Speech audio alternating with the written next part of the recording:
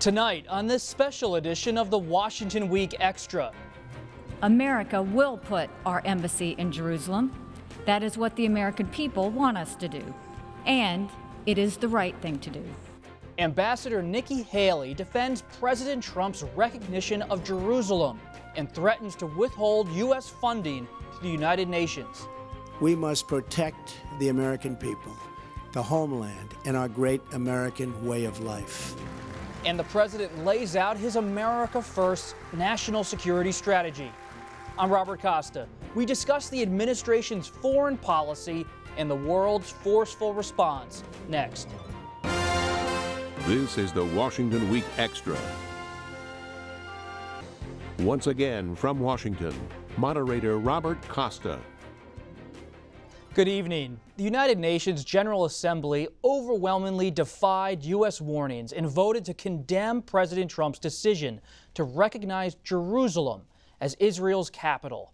Here's what Ambassador Nikki Haley had to say when addressing the General Assembly on Thursday. The United States will remember this day in which it was singled out for attack in the General Assembly for the very act of exercising our right as a sovereign nation. We will remember it when we are called upon to once again make the world's largest contribution to the United Nations. And we will remember it when so many countries come calling on us, as they so often do, to pay even more and to use our influence for their benefit. America will put our embassy in Jerusalem. Earlier in the week, the president threatened to cut aid to any country that voted for the UN resolution. For all of these nations that take our money and then they vote against us at the Security Council, they take hundreds of millions of dollars and even billions of dollars, and then they vote against us. Joining me around the table tonight, Dan Balls of the Washington Post, Yamiche Alcindor of the New York Times, Eli Stokols of the Wall Street Journal, and Andrea Mitchell of NBC News.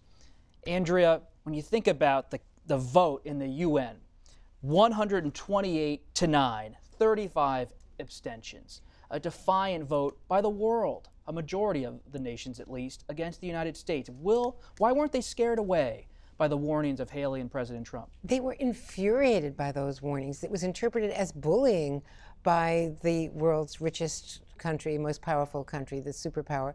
The fact that Nikki Haley was so out there saying, we will remember, tweeting, we are taking names, the president is watching, and what the president said at his cabinet meeting earlier in the week, saying, we will withhold aid. We actually contribute 22% of the UN activities, not just the budget, but all of the UN agencies. It's $3.3 billion, so it's a very heavy threat. And not that we really think that they would carry this out, but already Nikki Haley has invited the 64 countries that voted with the U.S. to a post-holiday New Year's party of friendship in an invitation that was ready to go, but it was really viewed as very heavy-handed on her part and on the president's. Eli, why was the White House so eager to disrupt world politics, a consensus since World War II about Jerusalem? Well, the post-World War II geopolitical order means very little to this president, and I just don't think it was really much of a factor at all. And when you say the White House, we're not talking about the White House or National Security Staff or Foggy Bottom. We're talking about President Donald Trump. This is something he feels strongly about. He put a marker down, and that speech that Ambassador Haley gave, it was one of those moments where you sit back and you watch, you say, audience of one. She wasn't even directing those comments to the people in the room. That was a speech given for the pleasure of the president. Right, but nonetheless, it goes all over the world. I mean, that has an impact. That's not a speech that was simply, lasered into the White House. Right. That's a speech, and as Andrea said, I mean, it was unilateralism on the part of the United States. It was a threat that, if they don't carry it out, means the credibility of the United States is weakened as a result of that. And it's also another example of this administration isolating itself in world activities, whether it's going out of the TPP, Trans-Pacific Partnership Trade Pact, the Climate Pact, the Paris Climate Pact, any number of things in which kind of the America First doctrine pulls the United States away from our allies. And the allies included the Brits, the French, the Germans, all of the EU. I mean, this was not some minor issue where we were being picked apart by some third world countries. This was a major blow to our closest allies. I also think it to me, watching Nikki Haley almost felt like you could almost see Donald Trump's lips moving as she was saying those words, because you realize that his influence is all over his cabinets, all over the world. There was a feeling, I think, when he first got into office, that maybe he would somehow be influenced by other people around him, that maybe somehow he would get just the right people to talk to him, and he would find a way to get to his presidency, and he would understand world order. And I think it's been the exact opposite. He's turned everyone else into the bulliers. He's turned everyone else into the hardline speakers. And I think Nikki Haley just shows you that Donald Trump almost could have written that speech and given it if it wasn't for her. Andrea, what does this mean for the Middle East peace process? Well, it kills any chance that has been dormant since 2014. And so the criticism that John Kerry and all of their predecessors have failed as well is a valid criticism. But for 70 years, since the creation of the State of Israel in 1948, this has been basically the reward at the end of the rainbow. This is the final, toughest issue, the Holy City, where all three major Abrahamic faiths have a stake. And so this was supposed to be the ultimate bargaining chip. The man who supposedly wrote The Art of the Deal has given Israel this huge benefit without getting anything in return. And Eli, Dan talked about how this is America at times almost alone in the world, at least in the perception of others outside of the country. But the president's not getting pushback within his own party on this move. No, he doesn't get pushback on much from his own party these days. And I think it's not politically relevant in the sense that most Americans are going to see this and really spend all that much time thinking about it. Well, he made a promise. He can say, I made a promise. Evangelical voters, conservatives, a lot of Jewish Americans may applaud this move. But beyond that, I mean, this is something that the impact is not political. The impact is geopolitical, and what this does to our alliances. Those alliances will be important, are important, but people will see their importance at various times when it calls on a not unilateral response, a multilateral response to challenges, and that's what's fraying. Let's talk about those alliances, because it wasn't just Jerusalem this week as a political issue, as a global issue. The week began with President Trump rolling out his new America First national security strategy, and he devoted most of the speech to painting a picture of a world in conflict. He downplayed international agreements and took swipes at previous administrations. They neglected a nuclear menace in North Korea, made a disastrous, weak, and incomprehensibly bad deal with Iran, and allowed terrorists such as ISIS to gain control of vast parts of territory all across the Middle East. He repeated calls for tightening immigration and called out Russia and China. We cannot secure a nation if we do not secure our borders. We also face rival powers, Russia and China, that seek to challenge American influence, values, and wealth. We will attempt to build a great partnership with those and other countries, but in a manner that always protects our national interest. But the president did not specifically call out Russia's meddling in the 2016 election, even though it was mentioned in the formal national security strategy released by the White House. President Trump said his strategic worldview is based on 4 pillars: defending the homeland, American prosperity, advancing American influence, peace through strength. The president's remarks echoed the bleak view of the world that he spoke about in his inauguration speech, yet he presented a rather optimistic view of America's place in it. Dan, how do we look at the speech and then the document? Well, the speech more closely reflects the president's views, and the document more closely reflects the views of the national security apparatus in his government, which we know from a year now of the Trump presidency are not always in sync with one another. There is an apparatus around the president that continues to push for, if not actual continuity with past administrations, at least something closer to it than the president. But the president has his own views, and I think that the issue that other governments look at is, what do we believe? Do we believe this document that went through a lengthy process, or do we believe what we hear from the president, or do we not know what to believe, because the president sometimes says things about foreign policy but doesn't necessarily carry through on them? And the document itself was rather reassuring to the foreign policy establishment, to the rest of the world. The speech sounded more like a campaign rally speech, and it was very Bannon-esque, if you will. You compared it to the inaugural address, and it really did have that feel. What is coming up next with the new year is trying to renegotiate aspects of the Iran deal. Renegotiate it, getting something through Congress, which was too busy with the tax deal, and may well be too busy and not interested in doing this.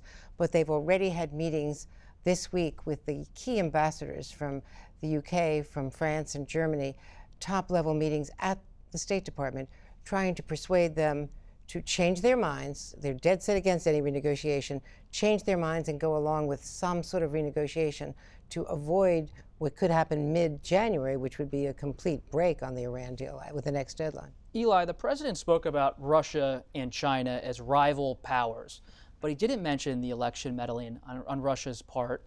And he also took a little bit of a softer approach on China. At least China was expecting more of a hardline nationalist take. Why did the White House have this approach? Why did the president have this approach? Well, I mean, China is a matter of, we need Chinese help on North Korea, and I think the president is always trying to calibrate, the national security staff are trying to calibrate their approach. How hard can we really be on China? And with Russia, I mean, the president doesn't like to acknowledge the fact that Russia played this role in the election, so it's no surprise that it would appear in the document but not in the speech as a line that he would really hit hard or reference much at all. And that's just because it's an existential crisis that he faces about his own legitimacy as president every time somebody touches on that. And you see at the same time, he's giving this speech, and in the days running up to it, there was a lot of contact between President Trump and Vladimir Putin, almost playing phone tag back and forth, thanking each other for various things. I mean, it's not just the Republicans on Capitol Hill who have learned that Donald Trump does pretty well when you compliment and flatter him. Putin's figured that out. A lot of people have figured that out, and that's their approach to him, and it seems to be working to some extent. Yamiche, immigration came up in this speech, and he may not have been as hardline on China, but he was hardline on immigration, talked about building the wall. What does that mean for the talks about the Dreamers that are ongoing right now on Capitol Hill, of keeping those who came here illegally with their parents? Does the president's speech and his remarks on immigration rupture those talks at all? I don't know if they rupture them, because essentially after both Nancy Pelosi and Chuck Schumer kind of said that there was some sort of an agreement with the president, that has not materialized into much. And now with lawmakers going home and not coming together and having a deal on DACA, there are a lot of young immigrants that have been protesting at the Capitol, who have been going on hunger strikes, who have been sitting in jail. Just this week, there were people who were arrested while protesting inside Chuck Schumer's office. So they're not just targeting Republicans, they're targeting Democrats. They essentially feel very let down. But President Trump is someone who kicked off his campaign by going after Mexican immigrants. So I don't know if one speech is going to do more damage than his entire presidency and his entire campaign. People knew that when they were electing Donald Trump, they were electing someone that was going to be hard on immigration. And unlike some issues like tax reform and health care, I think those issues are important to people. But when I hear people talk about immigrants, it's so much about a personal view of what their towns would look like. There's this idea that America is changing. Essentially, it's becoming browner. And there are a lot of people around the country who don't like that. But the Dreamers issue is a losing political issue for the president and for the Republican Party. I mean, the polling on that issue is quite clear that a big majority of the country says we need to solve this. They should be allowed to stay in the country. And the longer that they are not able to find that solution, the more damaging it is to the people who are trying to hold it up or not willing to make the deal. And so his hard line on immigration goes down well with a lot of his base, but on this particular issue, it's not even clear that that's good with them. So you're saying we shouldn't read too much into the speech on immigration? That No, I think that his basic position on immigration is unchanged, but the impact on the Dreamers issue, I think, is separate from that. And in my conversations with Republicans on the Hill, both Democrats and Republicans, both really want to get to a deal on DACA. I talked to several Republicans who said that they signed a letter, something like 34 people, saying that they wanted to vote on some sort of immigration deal before they went home for the holidays, because they realized that a lot of people are already losing their status. Even though there's a March deadline, there are young people already being told that they have to start packing up their things, and that has scared people. And Republicans, especially the evangelical Christians, who see these young kids as not being people that they want to get kicked out of the country. There's some real political will on the Republican side to get something done for them. So I think they also are hearing from that. Yeah. Before we turn to domestic policy, real quick from Andrea and Eli, when you think about Secretary of State Tillerson, there's talk about him maybe leaving the administration. You mentioned the foreign policy establishment within the administration with General McMaster, the National Security Advisor. What should we expect in 2018 from this foreign policy team inside of the White House and the administration? Well, there certainly is a rivalry with Jared Kushner and people inside the White House taking shots at Tillerson. Tillerson at a Christmas party this week told the press and people from all the think tanks who were present that he's going to be around, basically saying that in the new year he expects to be more engaged. He said, "So I am told," joking. He now, for the first time, has an undersecretary of state for public diplomacy and public affairs, and he, I think, will make himself more available because he hasn't been that available to the press. How he navigates this relationship with the president is another issue, because already in the last week or more, we've seen him reaching out to North Korea with an overture about direct talks and being slapped down by the White House. So until he can get in sync with them on diplomacy and on policy, he may still have an issue. And there are people lining up for that job, not just Nikki Haley, who is less likely, and Pompeo has been talked about, but there's a lot of gossip now about Lindsey Graham, who keeps playing golf with the president. The grand flow from Andrea Mitchell for Secretary of State. I'm sure Senator Graham's watching. Eli, real quick. Well, I mean, I don't have a ton to add to that, but I just think that it's clear that people around the world who meet with Rex Tillerson understand that he's not the chief diplomat. The president has said about his cabinet, not just Tillerson, look, the cabinet, I'm the decider. I'm going to figure out what we're doing, and I'm going to set the policy. And so Tillerson has no real legs to stand on when he goes into these meetings. And, it's a parlor game in Washington to guess how long he'll be around, but I think his chance to be effective as Secretary of State's probably already passed. Congress passed a major tax overhaul this week. It wasn't all foreign policy, and it wasn't all taxes as well. But it was certainly an accomplishment for Republicans and for President Trump. Let's look, however, at some of the president's other domestic policy achievements this first year, because some of them aren't getting a lot of coverage. It's been a lot about the tax bill this week, and the Trump administration, as some of you probably know, has been busy rolling back regulations and reshaping the federal judiciary. Supreme Court Justice Neil Gorsuch is the crowning achievement, but President Trump has also appointed the most federal judges ever confirmed in a president's first year. The lifetime appointments of young, conservative judges will shape policy on issues like gun control and LGBT rights far beyond the president's time in office. Not all the nominees have passed muster. This week, Republican Senator John Kennedy questioned Matthew Peterson during his confirmation hearing. Have you ever tried a jury trial? I have not. Civil? No. Criminal? No. Bench? No. State or federal court? I have not. Okay. Yes. Can you tell me what the Doe-Bear standard is? Senator Kennedy, I don't have that readily at my disposal. Just for the record, do you know what a motion in limine is? I would probably not be able to give you a good definition right here at the table. Yamiche, you are here at the table. And we're going to discuss this because we're talking a lot about taxes, but the judiciary, how significant has the Trump administration's moves on this front been in reshaping the country?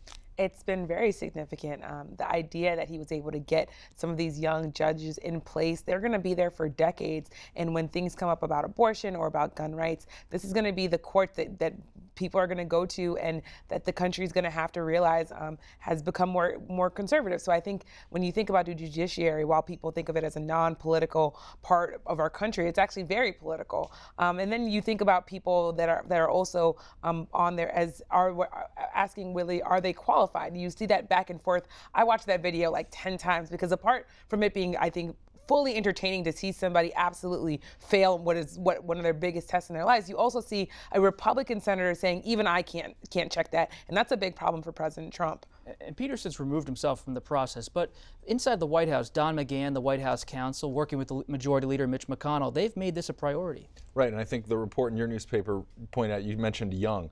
The president wants judge candidates who are young. And yes, this was an embarrassment for the administration this week, and there have been a couple of setbacks. But by and large, they are succeeding at putting young conservative jurists on the bench in a place where they will potentially serve for decades. And so the impact of that has not even begun to be felt yet, but there will be an impact. It will be long-lasting, and that has to be counted, if you're a conservative, as one of the big successes of the first year. And there's been such a regulatory rollback, Andrea. I mean, Steve Bannon, the former White House strategist, used to talk about the deconstruction of the administrative state. You've seen it at the Environmental Protection Agency and so many others.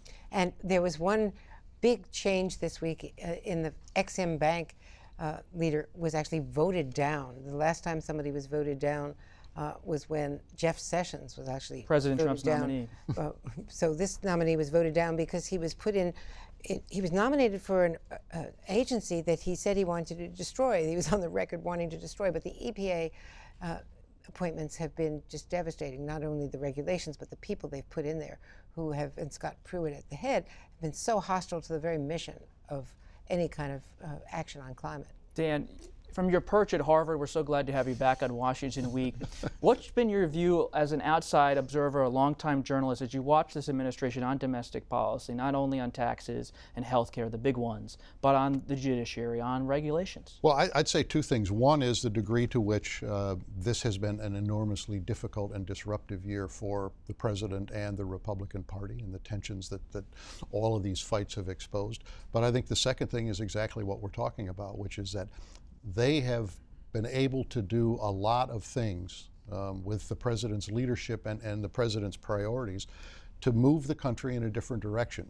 You know, his opponents will say, well, it's just because if Obama did one thing, he wants to do something else. But I think it's more than that. I think it is an expression of his desire to be a disruptor. To be somebody who doesn't accept the kind of conventional Washington view of how things should be done, coupled with the ideology of the Republican Party that has been in place in the House and Senate. And you put those two together, and they are making progress on a number of fronts. I would say on the judicial front, Don McGahn has to take some hits on this because he has approved these nominees. And one of them had not disclosed that his wife worked for Don McGahn in the White House, a complete conflict of interest that was undisclosed. So the lack of preparation by some of these nominees has just been quite shocking to Republicans on the Judiciary Committee. Can Democrats seize on the regulatory issues in 2018, Yamiche? I don't know if they're going to be able to seize on the regulatory issues, mainly because I wonder if the American people are going to actually, if you can soundbite that, if you can make it something that is going to rally people together. While Democrats want to say that they had messages, and of course they had 18 hashtags rolled out, some of course overlapped with Kid Rock, but there's this idea that Democrats, their best message is going to be that we're not Donald Trump and that we need to check Donald Trump. And that's what gets their base riled up. And even though they kind of can't stand it and they want to talk about the economics, Donald Trump is still the #1 thing that gets people riled up. Final quick thought. Well, I just think that, you know, there's sloppiness in some places, but Scott Pruitt, as we talked about at the EPA, not sloppy. He knows what he's doing. He's been working in this area for a long, long time. And, you know, going after toxic chemical, loosening regulations on toxic chemicals, changing the waters rule, repealing the Clean Power Plan. These are all things he's doing in plain sight. And because of the controversy and the constant chaos of Trump, of his tweets, of everything going on around the world, it's not getting a lot of attention. I don't know how many voters there are who vote on that issue in the first place, but it's not breaking through. We shall see. Thanks, everybody, for joining us for the Washington Week Extra. And we'll be back next week with another edition of the Extra program. And if you ever miss the show on TV, you can find it online Friday nights and all weekend long at pbs.org/Washington Week. I'm Robert Costa, and from everyone here at Washington Week, happy holidays.